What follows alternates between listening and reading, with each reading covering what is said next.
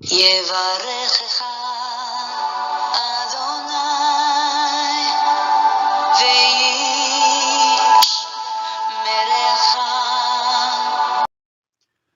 예바레크카 아도나이 베이시메레카. 사랑하는 성도 여러분, 오늘 하루도 전지전능하신 임마누엘의 하나님께서 여러분에게 복을 주시고 여러분을 안전하게 지켜주시기를 축복합니다. 아멘. 할렐루야. 오늘도 김없이 우리 코에 생명의 호흡을 불어넣어 주신 창조주 하나님 여호와 우리 아버지를 송축합니다. 우리의 구원자이신 예수 그리스도, 그 구원의 이름, 생명의 이름, 존귀하신 그 이름을 찬양합니다. 오늘도 우리 안에서 열심으로 일하시며 우리의 모습을 아름다운 예수 그리스도의 형상으로 다듬어 가시며 또 저주받은 이 세상 나라를 재창조하고 계시는 성령 하나님의 그 놀라운 역사하심을 찬양합니다. 오늘 1.189 성경 장별 강의 274번째 시간입니다. 오늘은 사무엘하 7장 말씀을 함께 공부하겠습니다. 오늘 제목의 말씀은 성전 건축을 계획하는 다윗과 다윗 언약이라는 제목입니다. 다윗의 생애에 있어서 아주 중요한 내용이 바로 성전 건축을 계획하였다는 것, 이것으로 인하여 하나님께서 기뻐하시면서 이 다윗을 향하여 언약하셨다는 것, 이 내용이 오늘 사무엘하 7장에 나옵니다. 이것은 다윗의 생애에 있어서도 아주 중요한 내용이지만 이것은 또 신학적으로도 아주 중요한 장이 바로 사무엘하 7장입니다. 다윗 언약이라고 하는 이것은 곧 다윗의 후손으로 이 땅에 오실 예수 그리스도의 사역과 아주 긴밀한 밀접한 연관성이 있기 때문에 그렇습니다. 그래서 오늘 하나님께서 성전 건축을 계획하고 있는 다윗에게 먼저 허락하지 않는 말씀을 하십니다. 그러면 오늘 우리가 배워야 될 내용은요, 왜 하나님은 이렇게 선한 의도를 가지고 하나님의 성전을 건축해 드리려고 하는 다윗의 이 계획을 허락하지 않으셨을까? 왜 하나님은 허락하지 않으셨는가? 그 내용을 살펴볼 것이고요. 그리고 하나님이 그럼에도 불구하고 기뻐하시면서 다윗에게 약속하십니다. 언약하십니다. 그 언약의 내용이 무엇이며 그 내용이 다시 이 땅에 오실 예수 그리스도와 어떤 연관성이 있는지를 우리가 오늘 함께 살펴보며 하나님 말씀을 공부하도록 하겠습니다. 자, 오늘 이 말씀 속에서 우리 하나님은 어떤 하나님이시고 자녀된 우리에게, 백성된 우리에게 주시는 영적 교훈은 무엇인지 오늘 자세히 살펴보는 시간을 가지겠습니다.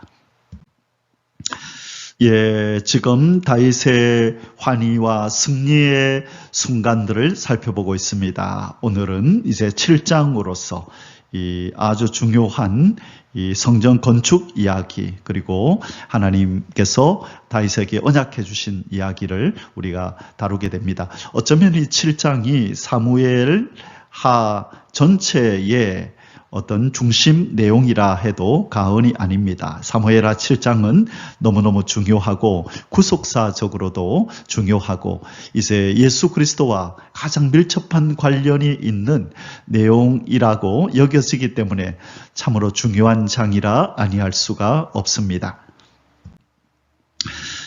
오늘 7장에 어떤 내용들이 나오냐면요, 이 하나님께서 나단을 통하여 다윗과 그 왕국의 복을 약속하시는 내용이 나옵니다. 먼저는 다윗이 하나님 앞에 성전을 지어드리겠다고 하는 자신의 어떤 그 소망을 그렇게 표현하는 장면이 나오고, 그리고 처음에 이 나단이 허락을 했다가 하나님의 뜻을 구하지 않고 허락했다가 나중에 하나님의 뜻을 알고 나서 다시금 자신의 그 말을 번복하여 다윗에게 하나님이 허락하지 않으신다고 그렇게 성전 건축을 하지 말라고 말씀하는 장면이 나오고요.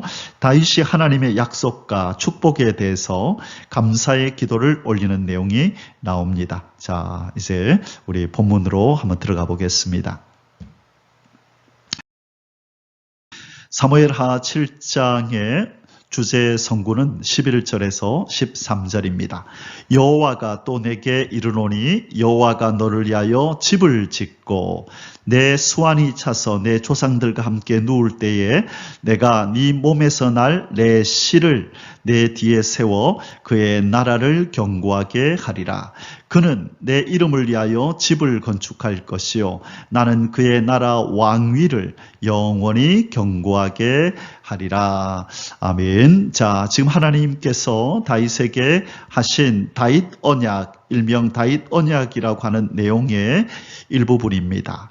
하나님께서 지금 이 다윗을 위하여 집을 짓겠다고 말씀합니다. 다윗은 하나님을 위하여 집을 짓겠다고 그러는데 하나님은 아니, 내가 너를 위하여 집을 지어줄 거야 라고 말씀하시고, 그리고 너의 몸에서 날 내 씨를 통하여 그의 나라를 견고하게 하리라. 자, 이 씨는 1차적으로는 솔로몬을 의미하지만 장차 이 땅에 오실 예수 그리스도를 통한 하나님의 나라의 완성, 또 하나님의 성전을, 이 지구 땅은 하나님의 성전이고 하나님의 백성들이 하나님의 교회요 성전이잖아요.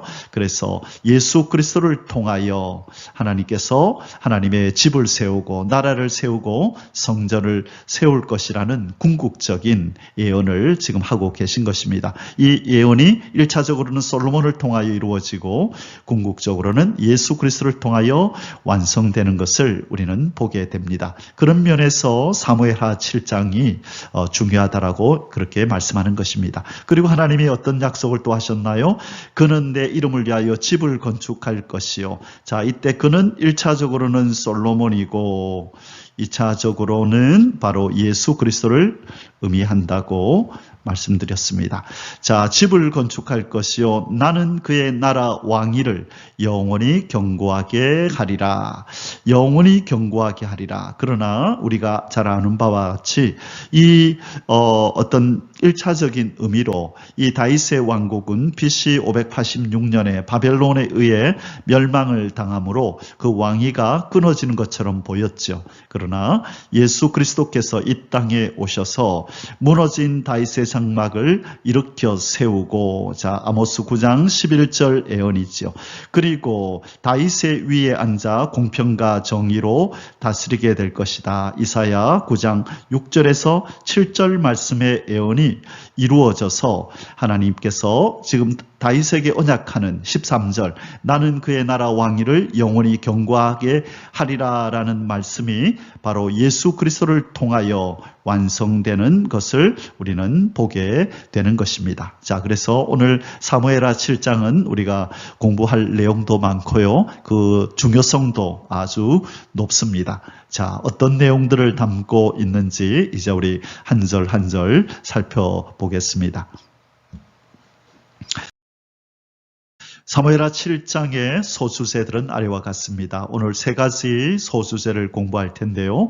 1절에서 3절까지는 나단 선지자를 향한 다윗의 하나님 전 건축 의지 피력. 자, 다윗이 하나님의 전을 건축해드리고 싶습니다. 그의 의지를 나단 선지자에게 피력하는 장면이 나오고요.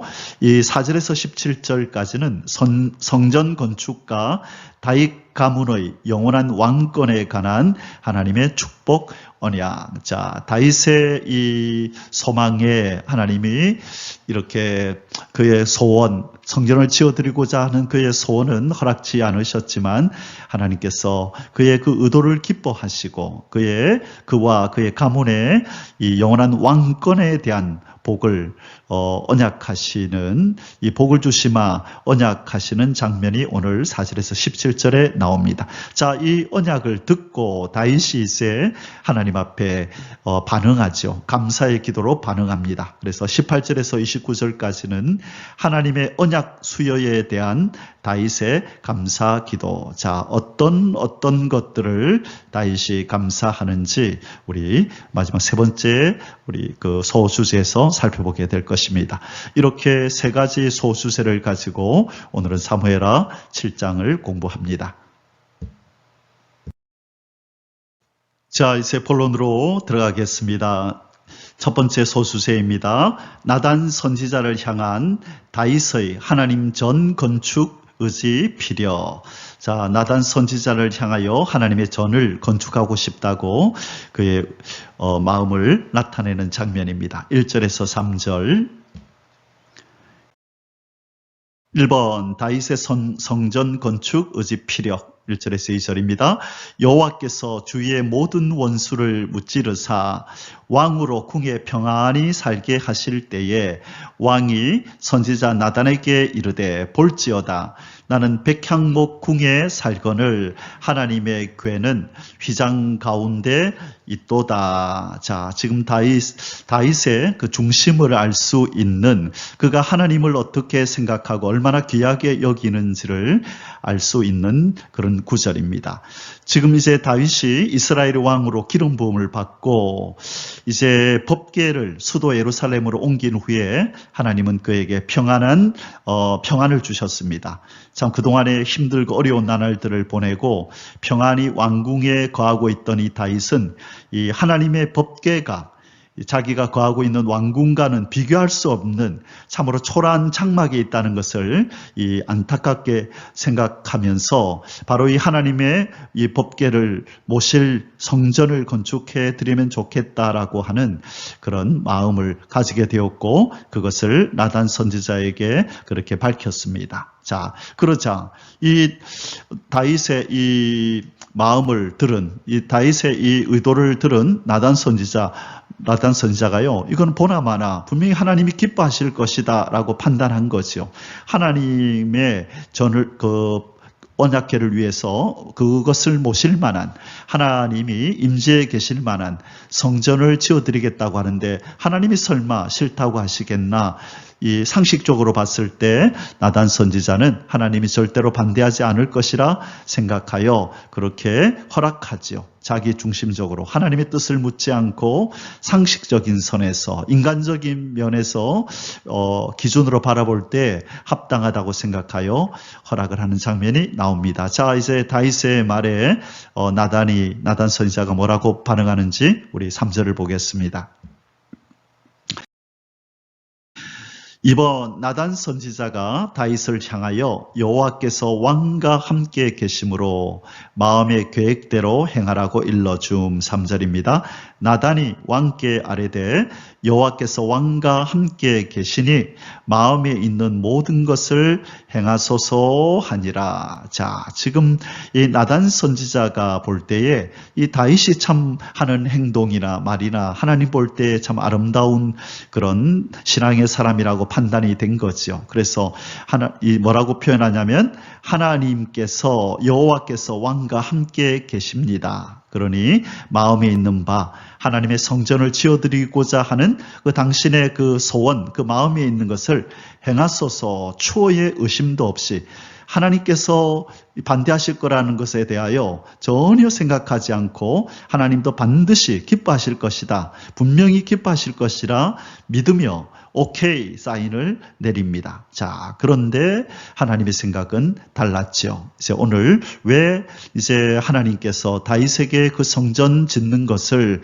허락지 않으시는지 그 이유를 오늘 우리가 이후에 이제 살펴보도록 하겠습니다. 자, 이제 두 번째 소수세입니다. 성전 건축과 다윗 가문의 영원한 왕권에 관한 하나님의 축복 언약. 자, 성전 건축에 대하여 하나님이 말씀하시고 다윗 가문의 영원한 왕권, 그 왕위가 영원히 이어질 것에 대해서 하나님이 이 다윗을 복 주시면서 언약하는 장면입니다. 4절에서 17절입니다. 1번 나단 선지자를 통하여 다윗의 성전 건축 계획 반대를 천명하는 여호와 하나님. 나단 선지자를 보내서 성전 건축하는 것을 반대한다라고 얘기하라고 지금 하나님께서 나단 선지자를 시켰습니다. 4절에서 7절. 그 밤에, 자, 지금 다윗과 나단이 대화가 있은 이후에 그 밤에 여호와의 말씀이 나단에게 임하여 이르시되 가서 내 종 다윗에게 말하기를 여호와께서 이와 같이 말씀하시되 내가 나를 위하여 내가 살 집을 건축하겠느냐? 내가 이스라엘 자손을 애굽에서 인도하여 내던 날부터 오늘까지 집에 살지 아니하고 장막과 성막 안에서 다녔나니 이스라엘 자손과 더불어 다니는 모든 곳에서 내가 내 백성 이스라엘을 먹이라고 명령한 이스라엘 어느 지파들 가운데 하나에게 내가 말하기를 너희가 어찌하여 나를 위하여 백향목 집을 건축하지 아니하였느냐고 말하였느냐. 자, 무슨 말씀이죠? 자, 내가 애굽에서 내 백성 이스라엘을 인도하여 낸 날부터 오늘까지 하나님께서는 어디에 사셨다고요? 장막과 성막 안에 그 지성소에서 그 법궤 위에 두 그룹 사이에서 구름기둥 불기둥으로 거기에 임재해 계셨죠. 그러면서 한 번도 이스라엘 백성들에게 나를 위하여 좋은 성전을 지어라, 내가 좀 그곳에 한번 살아보자라고 말씀하지 않았다는 것입니다. 우리 하나님은 그런 곳에 머무시는 분이 아니지요. 우리 하나님은 온 우주를 창조하신 만군의 여호와십니다. 전지전능하신 분입니다. 어느 곳에나 계시는 무소부재하신 분이고 온 우주보다도 크신 분이시고 영으로 계시는 분이십니다. 그런데 이 인간이 만드는 그 건물에 이런 분을 그렇게 거하시도록 그렇게 인간이 그런 건물을 짓는다는 것은 우리가 생각지도 할 수 없는 것입니다. 바로 시간과 공간의 제한을 받지 아니하시는 분이 이런 제한된 인간의 건축물 그 속으로 들어온다는 것을 우리는 생각하지도 말아야 하는 것이죠. 하나님이 거하실 성전을 짓는다는 것은 바로 그런 의미입니다. 하나님의 집이 지어진다는 것은 바로 온 우주의 주권자이시고 시간과 공간의 제한을 받지 않으시는 바로 이분이, 집도 절도 필요가 없으신 이분이, 온 우주보다도 크고 위대하신 이분이, 누구의 간섭이나 도움이 필요 없으신 바로 이 전능하신 하나님이, 영으로 계시는 이 하나님이 하나의 인간이 만든 작은 건축물 속으로 들어와 그분의 거주가 제한된다는 것을 의미하는 것입니다. 그래서 하나님께서 내가 그런 것을 필요하다고 내가 언제 얘기한 적이 있느냐? 너희들은 나를 몰라도 많이 한참 모르는구나. 그런 의미로 지금 하나님께서 말씀하고 계신 것입니다. 나단에게 먼저 하나님이 어떤 하나님임을 알리고, 그리고 다윗의 그 의도는 알고 고맙게 받겠지만 어떻게 내가 그곳에 거할 수 있겠느냐, 언제 내가 나를 위해서 집을 지어달라고 한 적이 있느냐라고 이렇게 친절하게 지금 하나님의 입장을 전달하라고 말씀하고 계신 것입니다. 이번 다윗 개인의 영광에 대한 하나님의 약속 8절에서 9절입니다. 그러므로 이제 내 종 다윗에게 이와 같이 말하라. 만군의 여호와께서 이와 같이 말씀하시기를 내가 너를 목장 곧 양을 따르는 데에서 데려다가 내 백성 이스라엘의 주권자로 삼고 네가 가는 모든 곳에서 내가 너와 함께 있어 내 모든 원수를 내 앞에서 멸하였은즉 땅에서 위대한 자들의 이름같이 내 이름을 위대하게 만들어 주리라. 자, 하나님의 성전을 건축해 드리겠다고 하는 이 다윗의 마음을 이 하나님께서는 가상히 여기셨습니다. 비록 그것을 허락지는 않으셨지만 하나님이 기쁘시게 여기신 것이죠. 하나님은 이 다윗을 이 양을 따르는 데에서 양치기에서 이스라엘의 주권자로 삼았음을 다시 한번 말씀합니다. 그리고 그와 늘 동행하며 그를 높여주셨고 싸움에 나갈 때마다 원수들을 멸하셔서 승리를 안겨다 주셨음을 말씀하고 있습니다. 바로 하나님은 또한 이 다윗의 이름을 존귀하게 위대하다라고 그렇게 칭송을 받는 자로 만들어 주겠다라고 그렇게 또한 약속하십니다. 다윗의 명성만을 높여 주시다는 뜻이 아니라 이제 그의 다윗 그 사람과 다윗뿐만 아니라 그에게 속한 후손들도 존귀하게 만들어 주신다는 의미가 내포되어 있는 것입니다. 우리가 잘 아는 것처럼 다윗은 이스라엘 사람들에게 뿐만 아니라 이 땅에 있는 모든 인생들에게, 대부분의 인생들에게 아주 잘 알려진 사람이죠. 바로 다윗은 이 용맹과 이 지략, 업적 등으로 심히 지금 유명해져서 어느 누구보다 더 많은 사람이 입에 오르내리고 있습니다. 따라서 바로 이 다윗을 향한 이 하나님의 애언은 그때의 다윗의 때에도 이미 또 성취되기도 했지만 지금도 계속해서 하나님께서 그를 높이시고 그의 이름이 회자되도록 하고 계신 것입니다. 그리고 이 애언은 장차 이 땅에 오실, 그리고 2000년 전에 오셨고 또 다시 오실 바로 그의 후손 예수 그리스도를 통하여 온전히 성취가 되어서 만왕의 왕 만주의 주로 모든 피조물에게 찬송과 영광을 받으시는 것으로 이 모든 애언이 온전히 성취되게 되는 것을 우리는 보게 될 것입니다. 3번, 이스라엘의 평안에 대한 하나님의 약속. 자, 이제 다윗에 대하여 직접적으로 다윗이라는 그 인생을 하나님께서 어떻게 복 주실 것인지 그렇게 말씀하신 이후에 이제는 이스라엘 나라에 대하여 하나님이 언약하십니다. 10절에서 11절 앞부분까지입니다. 내가 또 내 백성 이스라엘을 위하여 한 곳을 정하여 그를 심고 그를 거주하게 하고 다시 옮기지 못하게 하며 악한 종류도 전과 같이 그들을 해하지 못하게 하여 전에 내가 사사에게 명령하여 내 백성 이스라엘을 다스리던 때와 같지 아니하게 하고 너를 모든 원수에게서 벗어나 편히 쉬게 하리라. 아멘. 자, 이 다윗을 존귀한 자로 삼을 것을 하나님께서 앞에서 말씀하셨는데요. 이제는 하나님께서 이스라엘을 모든 대적으로부터 지켜주시고 다윗의 통치 아래 안정과 이 번영을 누리게 될 것을 약속하십니다. 이전에 사사 때처럼 이런저런 적들에 의해서 그렇게 지배를 당하고 고통을 당하지 않고 이제는 참된 평안과 번영을 주실 것이라고 말씀하고 있는 것입니다. 자, 하나님께서는 다윗에게 하신 언약대로 이 다윗의 시대에 이스라엘을 든든하게 하셨습니다. 다윗의 휘하에서 이제 안전을 찾은 이스라엘은요, 비록 전투가 또 있었지만, 하나님께서 늘 승리하게 하시고, 이제 그 주변의 적들이 두려워서, 이제 나중에는 이스라엘을 이렇게 침략하지 않을 정도로 그렇게 다윗의 휘하에서 이스라엘은 안정을 찾게 된 것입니다.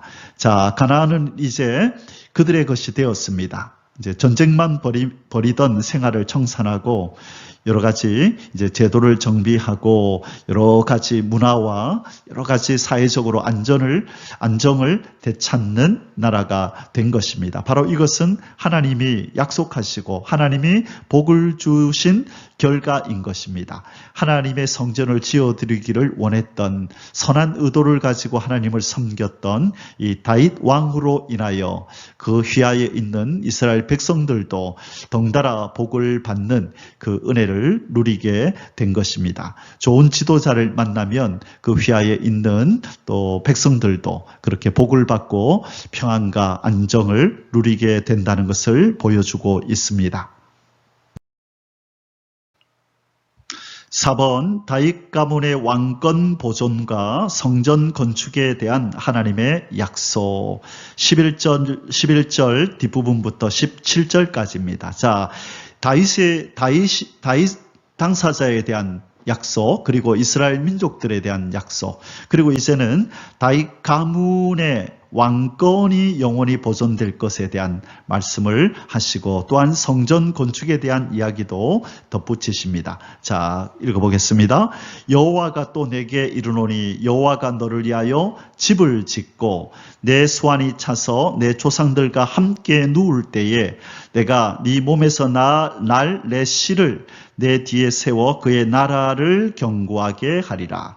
자, 집을 짓고 나라를 견고하게 하리라. 그는 내 이름을 위하여 집을 건축할 것이요 나는 그의 나라 왕위를 영원히 견고하게 하리라.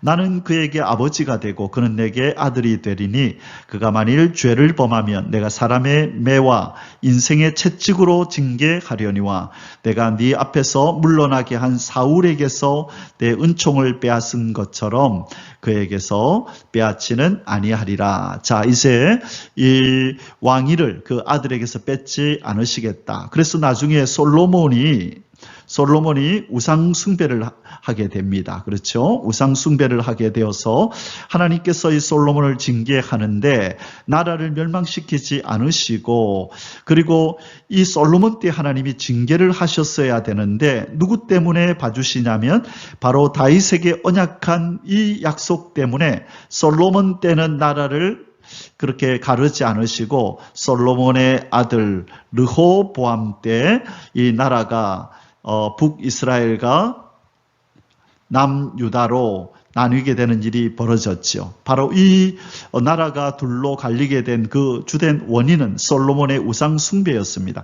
그러나 다윗을 생각하사 무엇을 생각하셨다는 말이냐면 바로 그 아들에게서 내가 은총을 빼앗지 않겠다라고 하신 이 약속 때문에 솔로몬 당대에 이 벌을 내리지 않으시고 그 아들 르호보암 때, 그렇다면 르호보암이 아무 죄도 없는데 그런 일이 일어나게 하셨느냐? 그것은 아니죠. 르호보암이 판단을 잘못해서 여로보암의 그 어떤 요구를, 또 백성들의 요구를 들어주지 않고 그에게 좋은 말만 하는 그 신하들, 젊은 신하들의 말을 듣고 이 여로보암과 백성들의 이 말을 청취하지 않으므로, 허락해주지 않으므로 결국 나라가 둘로 나뉘게 되는 일이 벌어지죠. 이 내용은 우리 본문을 나올 때 자세히 살펴보기로 하고요. 여기서 중요한 것은 솔로몬이 죄를 범하였으나 그 결과를 솔로몬의 당대에 하나님이 찾지 않으시고 그 다음 그 세대 르호보암 때 하나님께서 이 나라를 둘로 가르는 그런 징계를 내리셨다는 것입니다.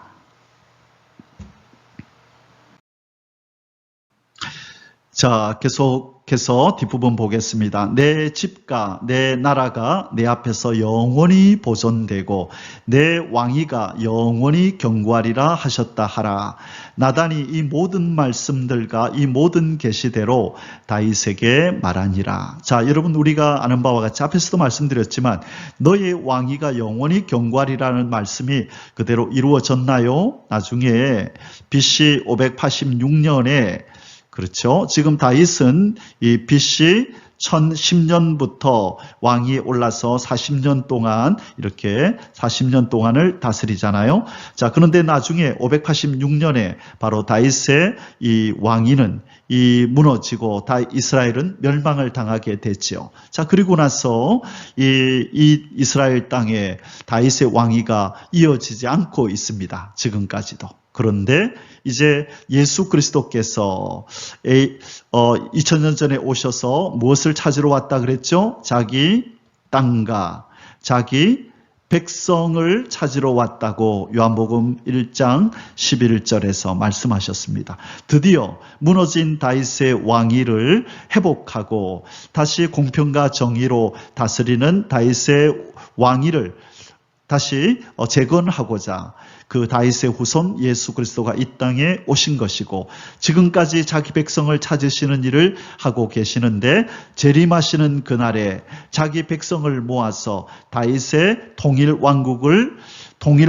다시 재건하십니다. 그것을 우리는 천년왕국이라고 부르고, 다윗의 통일왕국의 회복이요, 에덴이 회복되는 나라요, 예수 그리스도 창조주가 만왕의 왕 만주의 주로 존경받고 영광받으시는 그 나라가 이루어지게 되는 것입니다. 이제 그 하나님의 약속이, 너의 왕위가 영원히 견고하리라고 하신 다윗에게 언약하신 이 말씀이 이제는 완성되고 성취될 날이 심히 임박해 왔음을 우리는 깨달아야 하는 것입니다. 바로 예수 그리스도의 재림으로 이 언약은, 이 예언은 완전히 성취가 될 것입니다. 이 일을 이루실 우리 하나님 여호와 언약의 하나님을 찬양합니다. 할렐루야. 아멘. 자, 사랑하는 성도 여러분, 여기서 우리는 한 가지 질문을 하고 그 답을 찾고 넘어가야 합니다. 보통 우리가 왜 하나님께서는 다윗이 성전을 건축하는 것을 허락지 아니했을까요? 라고 질문하면 성경을 좀 아시는 분은 대부분이 이 부분을 얘기합니다. 예, 다윗이 피를 많이 흘렸기 때문에요. 그렇게 대답을 합니다. 맞는 답이죠. 그런데 오늘 본문인 사무엘하 7장에서는 그 내용이 나오지 않습니다.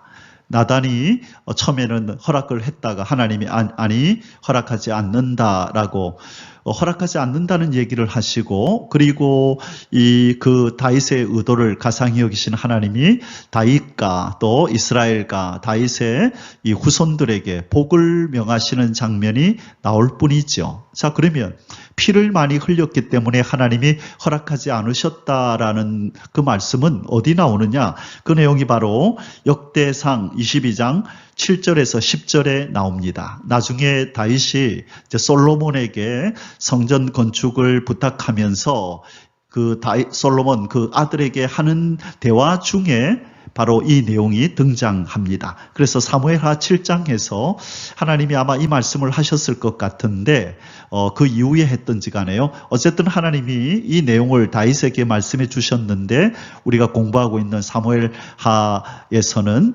나오지 않습니다. 어디에 나온다고요? 역대상 22장 7절에서 10절 말씀에서 이 내용이 등장합니다. 자, 하나님께서 다윗의 성전 건축을 반대하신 이유, 다윗이 피를 많이 흘렸으므로. 자, 본문을 읽어보겠습니다. 다윗이 솔로몬에게 이르되 내 아들아, 나는 내 하나님 여호와의 이름을 위하여 성전을 건축할 마음이 있었으나 여호와의 말씀이 내게 임하여 이르시되 너는 피를 심히 많이 흘렸고 크게 전쟁하였느니라. 네가 내 앞에서 땅에 피를 많이 흘렸은즉 내 이름을 위하여 성전을 건축하지 못하리라. 자, 지금 이유가 뭐라고요? 피를 많이 흘렸고 전쟁을 했기 때문에 내 앞에서 내 땅에 피를 많이 흘렸은즉 내 이름을 위하여 성전을 건축하지 못하리라. 자, 이 성전과 무엇이 어울리지 않는다는 거죠? 전쟁은 뭐예요? 피 흘림, 피를 많이 흘리는 이 전쟁과 성전의 이미지가 맞지 않다는 거예요. 꼭 지금으로 말하면 이 어떤 조폭이 우리가 깡패가 돈을 많이 이거 조금 그렇네요. 왜냐하면 그 사람들이 그 수익을 얻는 방법이 불이하기 때문에. 자, 그것은 조금 극단적인 예일 것 같고요. 뭔가, 지금 다윗은 이 전쟁을 하는, 피를 흘리는, 그래서 사람을 죽이고 어쩔 수 없이 전쟁이 벌어졌기 때문에 사람을 죽이지만, 그러나 하나님의 성전의 이미지는 무엇으로 나타나야 되냐면 하나님과 인생이 만나는 평화의 장소, 그렇죠? 사랑의 장소, 그리고 기쁨이 있는 장소가 바로 하나님의 성전, 하나님이 계시는 성전의 이미지여야 한다는 거예요. 화해가 이루어진 곳, 자, 바로 그 장소가 성전이 되어야 하는데요. 자, 화해가 이루어진 장소. 자, 하나님의 성전은 화해가 이루어진 장소로 그렇게 이미지화 되어야 하는데, 이 다윗은 전쟁을 많이 치른 그런 어떤 살생, 그렇죠? 이 폭력, 이 전쟁이라고 하는 것은 그런 이미지이잖아요. 그래서 그것이 어울리지 않다는 거예요. 아마 이 부분을 또 다르게 해석하는 분도 계시지만, 제가 성경을 읽으며 하나님께서 말씀하신 의도가 무엇일까라고 볼 때, 하나님의 성전과 다윗이 군인으로서 전쟁을 치르는 이 이미지가 서로 일치될 수 없고 이렇게 하나 되지 못하는 것 아닌가, 그런 의도로 말씀하신 거 아닌가라고 저는 그렇게 깨달아졌습니다. 자, 그래서 이렇게 말씀을 드리는 겁니다. 자, 반면에 이제 하나님이 그 다음에 뭐라고 말씀하시는지 보겠습니다. 보라, 한 아들이 내게서 나리니 그는 온순한 사람이라. 자, 온순하다는 표현을 쓰시죠. 당연히 이 아들은 솔로몬입니다. 내가 그로 주변 모든 대적에게서 평온을 얻게 하리라. 자, 여기에 힌트가 나오죠. 하나님께서 너에게서 한 아들이 날 건데 그는 온순한 사람이라. 내가 그로 주변 모든 대적에게서 평온을 얻게 하리라. 뭐가 끝난다는 거예요? 전쟁이 없게 될 것이다. 그의 이름을 솔로몬이라 하리니, 여러분 솔로몬의 이름의 뜻이 뭔지 아십니까? 바로 평안입니다. 솔로몬의 이름의 뜻은 평안. 자, 하나님의 성전 이미지와 일치하지요. 평안이 있는 곳, 샬롬이 있는 곳, 바로 그것이 하나님의 성전의 이미지인 것입니다. 그 이름을 솔로몬이라 하리니 이는 내가 그의 생전에 평안과 안일함을 이스라엘에게 줄 것임이니라. 그래서 아직까지 다윗 때까지는 바로 평안이 아니요 온전한 안정된 상태가 아니라 과도기였음을 우리에게 알려줍니다. 그래서 이제 그 정권이 그 솔로몬에게 이어질 때 그때서 비로소 온전한 평안과 안정의 나라가 된 것이 바로 이스라엘이라는 것이에요. 그래서 솔로몬 때에 하나님께서 솔로몬 이름도 그렇게 붙여주셨네요. 평안이라. 그래서 바로 이 평안이라는 이름을 가진 솔로몬이 성전을 짓게 하시겠다는 것이죠. 10절 그가 내 이름을 위하여 성전을 건축할지라. 그는 내 아들이 되고 나는 그의 아버지가 되어 그 나라 위를 이스라엘 위에 굳게 세워 영원까지 이르게 하리라 하셨나니, 이 예언은 영혼까지 이르는 왕권은 바로 예수 그리스도를 통하여 완성된다고 말씀드렸죠. 그래서 지금 다윗과 또 솔로몬과 관계된 이 왕권을 얘기할 때 반드시 우리가 함께 생각하고 읽어야 되는 그분은 누구냐? 바로 예수 그리스도. 다윗의 후손으로 오실, 솔로몬의 후손으로 올 바로 예수 그리스도를 우리는 항상 생각하면서 이 다윗 언약장을 읽어야 합니다. 자, 이제 마지막 세 번째 소수세입니다. 하나님의 언약 수여에 대한 다윗의 감사기도. 하나님께서 이 언약을 하여 주심에 대하여 다윗은 감사를 표현합니다. 18절에서 29절입니다. 1번 다윗 자신에게 베풀어 주신 은혜에 대한 감사 기도. 18절에서 21절 아까 하나님께서 다윗을 존귀한 자로 위대한 자로 만들어 주겠다고 말씀했죠. 다윗은 그것을 먼저 기억하고 감사합니다.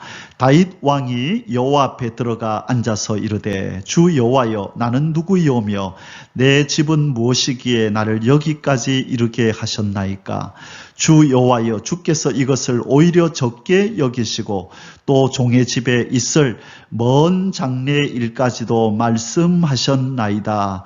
주 여호와여 이것이 사람의 법이니이다.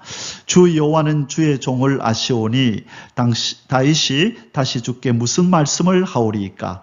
주의 말씀으로 말미암아 주의 뜻대로 이 모든 큰 일을 행하사 주의 종에게 알게 하셨나이다. 무슨 뜻이죠? 하나님, 내가 무엇이 간데 나를 이렇게 왕으로 삼으시고 나에게 이렇게 복을 주셔서 지금 이곳까지 오게 하셨습니까? 그런데 이것도 제가 이 은혜도 감당하지 못하겠는데 이것을 오히려 적게 여기시고 또 저에게 먼 장래의 일까지도 말씀하시고 축복의 말씀을, 복의 언약을 하여 주시니 제가 감당할 수 없습니다. 내가 무슨 말씀을 하오리까? 입이 1000개라도 10,000개라도 이 하나님의 은혜를 내가 표현할 수가 없습니다. 그렇게 지금 말을 하고 있습니다. 2번 이스라엘에게 베푸신 하나님의 은혜에 대한 감사. 자, 하나님께서 다윗 자신에 대하여 복의 언약을 하셨고 그 다음에 이스라엘에 대하여 또 복을 주셨잖아요. 언약하셨잖아요. 이제 다윗이 감사 기도를 하는 것도 그렇게 나누어서 자신에게 베푸신 은혜에 대한 감사, 그리고 이스라엘에게 베푸신 하나님의 이 은혜에 대한 감사를 표현합니다. 22절에서 24절 그런즉 주 여호와 이러므로 주는 위대하시니 이는 우리 귀로 들은 대로는 주와 같은 이가 없고 주 외에는 신이 없으시니이다. 땅의 어느 나라가 주의 백성 이스라엘과 같으리까? 하나님이 가서 구속하사 자기 백성으로 삼아 주의 명성을 내시며 그들을 위하여 큰 일을, 주의 땅을 위하여 두려운 일을 애굽과 많은 나라들과 그의 신들에게서 구속하신 백성 앞에서 행하여 싸우며, 주께서 주의 백성 이스라엘을 세우사 영원히 주의 백성으로 삼으셨사오니 여호와여 주께서 그들의 하나님이 되셨나이다. 자, 여기에 눈에 띄는 특별한 구절이 있네요. 23절에 땅의 어느 나라가 주의 백성 이스라엘과 같으리까? 자, 이스라엘은 특별하다는 거죠. 왜 특별하다고 얘기하죠? 하나님이 가서 구속하사, 실은 누구를 보내서 구원했었죠? 바로 모세와 아론을 보냈었죠. 특별히 하나님의 종 모세를 보내서 구원했는데, 다윗은 지금 누가 갔다고 얘기를 해요? 하나님이 가서 구속하셨다. 그리고 자기 백성을 삼았고 이 애국과 많은 나라들과 그 신들에게 하나님께서 큰 일을 행하셔서 바로 이스라엘 백성을 구원하시고 자기 백성을 삼으셨다라고 이야기하며, 하나님께서 이스라엘에게 베푸신 은혜를 잊지 않고 감사를 지금 올리고 있는 장면입니다. 3번, 하나님의 언약 성취를 위한 간구. 25절에서 29절 오늘 마지막 부분입니다. 여호와 하나님이여 이제 주의 종과 종의 집에 대하여 말씀하신 것을 영원히 세우셨사오며 말씀하신 대로 행하사 사람이 영원히 주의 이름을 크게 높여 이르기를 만군의 여호와는 이스라엘의 하나님이라 하게 하옵시며 주의 종 다윗의 집이 주 앞에 견고하게 하옵소서. 자, 지금 다윗이 뭐라고 얘기하죠? 하나님 말씀하신 대로 행하소서. 약속하신 약속을 성취하여 주옵소서, 잊지 말아달라고 지금 간구하고 있습니다. 만군의 여호와 이스라엘의 하나님이여 주의 종의 귀를 여시고 이르시기를 내가 너를 위하여 집을 세우리라 하셨으므로 주의 종이 이 기도로 주께 간구할 마음이 생겼나이다. 하나님이 먼저 나를 위하여 집을 세워주시겠다고 하시니 제가 이렇게 담대히 간구합니다, 이 말이죠. 주 여호와여 오직 주는 하나님이시며 주의 말씀들이 참되시니이다. 자, 다윗의 신앙의 특징은 하나님의 말씀을 온전히 신뢰함에 있습니다. 온전히 하나님의 말씀을 신뢰합니다. 언약을 반드시 믿는다는 것이죠. 이것이 다윗의 신앙이었습니다. 주께서 이 좋은 것을 주의 종에게 말씀하셨사오니 이제 청하건대 종의 집에 복을 주사 주 앞에 영원히 있게 하옵소서. 하나님이 그렇게 하시겠다고 하셨죠. 자, 그런데 다윗은 그렇게 하여 주기를 하나님 앞에 간구하고 있습니다. 주 여호와께서 말씀하셨사오니 주의 종의 집이 영원히 복을 받게 하옵소서 하니라. 자, 여기에서 다윗은 바로 에스겔서 36장 36절에서 37절에 하나님께서 말씀하신 그 영적인 기도의 원리를 지금 따르고 있는 모습입니다. 먼저 다윗의 이야기가 먼저죠. 그래서 다윗은 하나님의 마음을 알고 있는 거죠. 지금 어떤 내용이 나오죠? 바로 에스겔서 36장 36절 37절에요. 자, 성경을 펴서 같이 한번 우리 읽어보겠습니다. 너무나 우리 신앙생활에 또 우리의 기도 생활에 중요한 영적인 원리를 담고 있기 때문에 우리가 성경을 펴서 같이 한번 살펴보겠습니다. 자, 36절입니다. 너희 사방에 남은 이방 사람이 나 여호와가 무너진 곳을 건축하며 황폐한 자리에 심은 줄을 알리라. 나 여호와가 말하였으니 이루리라. 자, 하나님께서 이스라엘 백성들을 회복하실 것을 지금 약속하고 있습니다. 그러면서 그 부분에 뭐라 그래요? 나 여호와가 말하였으니 이루리라. 약속의 신실한 여호와 하나님이 반드시 약속한 대로 이루리라고 말씀합니다. 자, 그런데 37절에 보면 주 여호와께서 이같이 말씀하셨느니라. 그래도가 무슨 뜻이죠? 내가 약속했음에도 불구하고 내가 약속했지만 그래도 이스라엘 족속이 이같이 자기들에게 이루어 주기를 내게 구하여야 할지라. 자, 내가 약속했지만 내가 약속한 대로 이루어 달라고 나에게 기도해라. 지금 다윗이 바로 그러한 모습을 보이고 있는 것입니다. 하나님이 언약을 하셨지요. 자신에 대하여, 자신의 후손에 대하여, 그리고 이스라엘 민족들에 대하여 언약을 했지만 다윗은 이 감사 기도에 이 부분을 지금 기도로 올리고 있는 것입니다. 하나님 약속하신 바를 이루어 주옵소서. 하나님 주의 종의 집에 복을 주신다 하셨으니 복을 주시고 영원히 있게 하옵소서. 주의 종의 집이 영원히 복을 받게 하옵소서. 내가 간구합니다. 바로 이 영적인 원리를 따르고 있는 것입니다.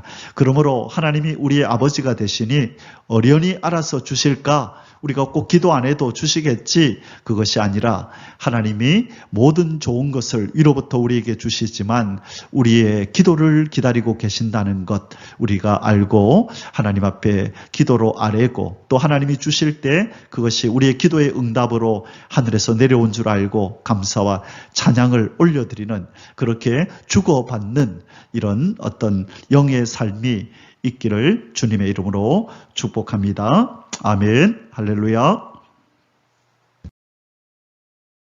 사랑하는 성도 여러분, 이제 우리 사무엘하 7장 이 다윗의 언약에 관계된 내용을 우리가 이제 살펴봤고, 이제 결론을 내릴 시간입니다. 다윗 언약의 성취자 예수 그리스도, 다윗의 위에 앉아 다스릴 만왕의 왕이 바로 예수 그리스도라는 내용이 이사야 9장 6절 7절에 있습니다. 자, 지금 이 다윗에게 언약하신 하나님께서 지금 이 다윗의 시대로부터 한 200 몇십 년이 지난 후에 지금 BC 730년경의 사람이 이사야잖아요. 자, 다윗은 1010년부터 왕위에 올랐다 그랬죠. 그래서 그건 한 300년 조금 안 되겠네요. 자, 이후에 지금 이사야가 이 땅에 태어났고, 이사야 선지자가 이렇게 예언을 합니다. 이는 한 아기가 우리에게 낳고 한 아들을 우리에게 주신 바 되었는데 그의 어깨에는 정사를 메었고 그의 이름은 기묘자라, 모사라, 전능하신 하나님이라, 영존하시는 아버지라, 평강의 왕이라 할 것임이라. 자, 한 아기가 누구죠? 예수 그리스도가 이 땅에 오실 것을 예언하는 거죠. 그런데 왜 주신 바 되었다, 낳다, 주신 바 되었다, 왜 과거로 얘기를 할까요? 예언인데 이것이 바로 예언적 과거라는 표현을 썼다 그랬어요. 예언적 과거, 예언을 과거로 해버린다. 이 말은 전지전능하신 하나님은 생각한 바를 반드시 이루기 때문에 예언을 하면서 그걸 과거로 표현해버린다. 이미 이루어진 것으로 치부해버린다는 것이죠. 그만큼 확실하다는 것을 의미합니다. 자, 한 아기가 올 것인데, 예수 그리스도가 다윗의 후손으로 올 것인데 그는 평강의 왕이라 할 것입니다. 자, 하나님의 성전은, 하나님의 집은 누가 지었죠? 바로 솔로몬. 그죠? 다윗의 시, 1차적인 시, 솔로몬, 평안이라고 하는, 바로 샬롬이라고 하는 뜻을 가진 솔로몬이 지었죠. 그러나 궁극적으로 이 땅, 지구 땅, 바로 이 지구 땅은 하나님의 나라요, 하나님의 집이요, 하나님의 성전인데, 바로 이 지구 땅, 저주받은 이 지구 땅을 하나님의 나라로, 하나님의 집으로, 하나님의 성전으로 완성하시고 재창조할 그 분이 바로 다윗의 궁극적인 시인 예수 그리스도. 그 이름이 누구라고요? 평강의 왕, 샬롬 왕, 바로 솔로몬의 이름과 동일한 뜻을 가진 이 샬롬 왕 예수 그리스도가 오셔서 이 다윗의 언약을 완성하실 것을 지금 말씀하고 있는 것입니다. 자, 9장 7절이 너무 중요한 내용이죠. 그 정사와 평강의 더함이 무궁하며 또 다윗의 왕좌와, 자, 다윗의 왕자는 BC 586년에 무너졌잖아요. 그런데 다윗의 왕자에 다시 앉을 거라는 거죠. 누가? 한 아기가, 예수 그리스도가, 평강의 왕이라 불리는 예수 그리스도가 다윗의 왕자에 앉게 될 거다. 그의 나라에 군림하여 그 나라를 굳게 세우고 지금 이후로 영원히 정의와 공의로 그것을 보존하실 것이라. 만군의 여호와의 열심히 이를 이루시리라. 아멘. 자, 다윗이 예수 그리스도가 이 땅에 오셔서 다윗 언약을 완성하고 이 무너진 다윗의 왕자를 회복할 것을 예언하는 장면입니다. 자, 우리 두 구절만 이와 관련된 구절을 읽고 오늘 사무엘하 7장 공부를 마치도록 하겠습니다. 자, 예수 그리스도의 사역은 무너진 다윗의 장막을 세우는 사역이다. 우리가 일반적으로 예수 그리스도의 사역이 무엇입니까? 라고 하면 십자가의 구속 사역이다. 우리 인간의 구원을 위해서 예수님이 십자가의 구속을 이루기 위해서 이 땅에 오셨다. 일반적인 대답이죠. 자, 그런데 오늘 우리가 공부하는 이 사무엘하 7장과 관련해서 예수 그리스도의 사역은 어떤 사역이냐 물을 때에 무너진 다윗의 장막을 세우는 사역이다. 이렇게 말할 수 있다는 것입니다. 이것은 무슨 뜻이냐 하면 아모스 9장 11절에서 12절에 보면 이런 말씀이 있습니다.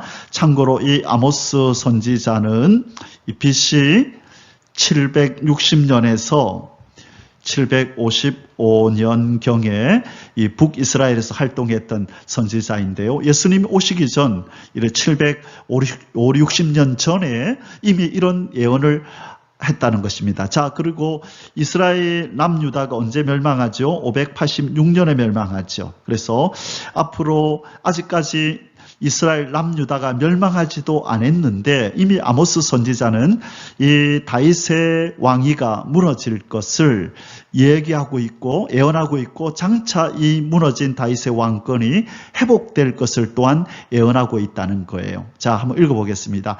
그 날에 내가 다윗의 무너진 장막을 일으키고, 하나님이 아모스 선지자를 통하여 지금 예언하는 것입니다. 그 날에 어떤 날이 온다는 것입니다. 그 날에 내가 다윗의 무너진 장막을 일으키고, 아직 무너지지도 않았는데 무너진 것을 전제하에 다시 일으킬 것을 예언하고 있습니다. 그것들의 틈을 막으며 그 허물어진 것을 일으켜서 옛적과 같이 세우고, 자, 다윗의 장막이 무너진다, 왕권이 무너진다. 그러나 내가 옛적과 같이 다시 세울 것이다라고 예언하고 계시다는 것입니다. 자, 그들이 에돔의 남은 자와 내 이름으로 일컫는 만국을 기업으로 얻게 되리라. 만국을 기업으로 얻는다. 자, 지금 이 다윗의 무너진 장막을 일으킬 누군가가 오는 거예요. 만왕의 왕, 바로 예수 그리스도를 의미합니다. 이분은 만국을 기업으로 얻어서 모든 만왕의 왕 만주의 주가 되심으로 이 아모스 9장 12절을 이루실 거라는 겁니다. 자, 그런데 바로 이 예언이 어디에서 다시 인용되냐면 사도행전 15장 15절에서 16절 예루살렘 총회, 1차 총회, 예루살렘 총회에서 바로 이 구절이 인용이 됩니다. 자, 15절 16절 읽겠습니다. 선지자들의 말씀이 이와 일치하도다. 기록된 바 이후에 내가 돌아와서 다윗의 무너진 장막을 다시 지으며 또 그 허물어진 것을 다시 지어 일으키리니. 자, 지금 누가 이런 얘기를 해요? 총회장인 야고보가 지금 앞에서 이 사도들끼리 논쟁이 벌어졌습니다. 크게 두 가지인데요. 자, 이방인들에게 복음을 전해야 되느냐, 그리고 이 이방인들 가운데서 예수를 믿겠다고 돌아오는 자에게 할례를 받으라고 해야 되느냐 말아야 되느냐, 지금 그 얘기를 가지고, 이 주제를 가지고 지금 논쟁을 벌이고 있는 거예요. 그때에 총회장인 야고보 사도가 일어나서 이제 결론을 내립니다. 이방인에게 복음을 전해야 될까 말아야 될까, 그리고 할례를 받게 될까 말아야 될까, 이 얘기를 결론을 내리는데, 오늘 주제는 바로 이방인에게 복음을 전하는 일을 해야 된다는 거예요. 자, 오늘 주제의 바로 이 부분입니다. 선지자들의 말씀이 이와 일치하도다. 지금 우리가 행하고 있는 이 복음 전도 사역이 바로 이 선지자들이 이미 말씀했다. 그 누구냐? 아모스 9장 11절과 12절에서 이미 선지자들이 우리의 사역을 이미 예언했다. 그게 뭐냐? 이후에 내가 돌아와서 다윗의 무너진 장막을 다시 지으며 또 그 허물어진 것을 다시 지어 일으키리니. 자, 제가 17절까지 좀 같이 적었으면 좋을 뻔했는데요. 17절에 이런 말씀이 있습니다. 이는 그 남은 사람들과 내 이름으로 일컬음을 받는 모든 이방인들로 주를 찾게 하려 함이라. 자, 모든 이방인들로. 자, 이 원본에 아모스 9장 12절에서는 만국을 이렇게 표현했죠. 그런데 지금 이 사도행전에서는 만국을 뭐라고 표현하냐면 모든 이방인들로 이런 표현을 하고 있습니다. 이방인들이 원래 하나님의 백성이요, 예수 그리스도의 백성이었다는 것이죠. 그래서 예수 그리스도가 이 땅에 만왕의 왕 만주의 주로 오실 때는 이방인들 가운데서도, 이스라엘 백성들이 볼 때에 이방인들 가운데서도 예수 그리스도를 믿고 아브라함의 후손이 되고 예수 그리스도의 백성으로 들어오고 이스라엘 화되어서 예수님을 섬기는 그런 일이 있게 될 것을 말씀하면서, 지금 야고보 사도가 말하는 결론은 뭐냐면 우리가 이방인들에게 복음을 전해야 한다. 그것이 바로 아모스 9장 11절과 12절을 성취하는 일이다. 그러므로 우리의 이 복음 전도 사역은 아모스 9장 11절 12절 무너진 다윗의 장막을 일으켜서 그 위에 만왕의 왕 만주의 주로 오실 예수 그리스도의 백성을 만드는 일이다. 무너진 다윗의 왕권을 회복하는 일이다. 그 이야기를 하고 있는 것입니다. 그러므로 오늘 우리가 공부한 3하 7장은 뭐와 연결이 된다고요?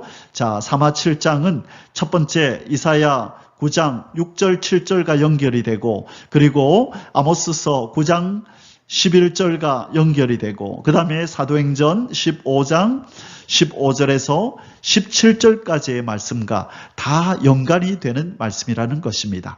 그러므로 우리가 성경을 공부할 때 단면적인 그 부분만 공부할 것이 아니라 이것이 어떻게 전후로 이 예수 그리스도와 관련해서 이루어지고 성취되는지를 아울러 함께 공부할 때에 우리는 성경을 더 입체적으로 더 깊이 우리는 깨달아 알 수 있게 되는 것입니다. 자, 오늘 결론은 바로 사무엘하 다윗의 언약장은 바로 예수 그리스도가 성취하시게 될 일을 미리 예언한 것이다. 그러므로 우리는 다윗의 언약을 완성하실 예수 그리스도를 기다리고 그분이 이루실 그분의 나라, 그분의 집, 그분의 성전의 완성을 기다리고 그곳에 들어가야 된다는 것을 우리는 오늘 깨닫고 또 기다리는 그런 저와 여러분의 삶이 되시기를 주님의 이름으로 축복합니다. 아멘. 할렐루야. יברכך